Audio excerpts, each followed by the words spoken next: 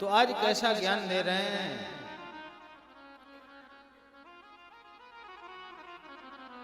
महादेव आपके साथ रहते हैं सदा शंभु अर्धंग।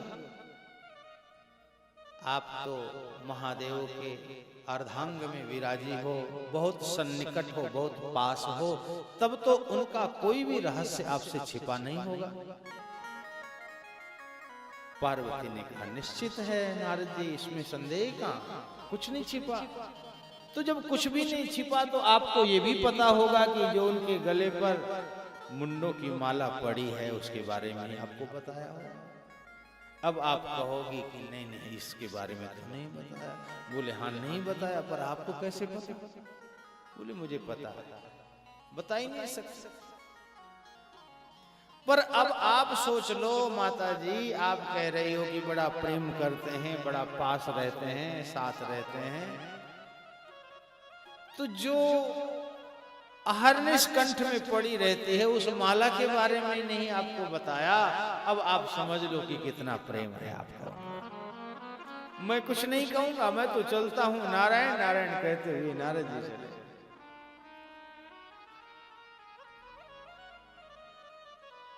भगवती पार्वती मां महादेव के पास आई और कहा आज पता चला कि सब कुछ दिखावटी है, कोई प्यार नहीं है।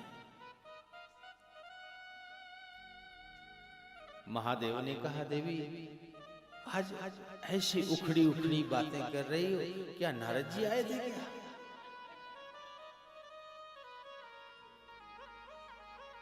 पार्वती जी कह रही हाँ आए तो थे, लेकिन आपको कैसे पता? बोले तुम्हारी बातों से ही लग रहा है कि कुछ ना कुछ ऐसी चर्चा हो गई।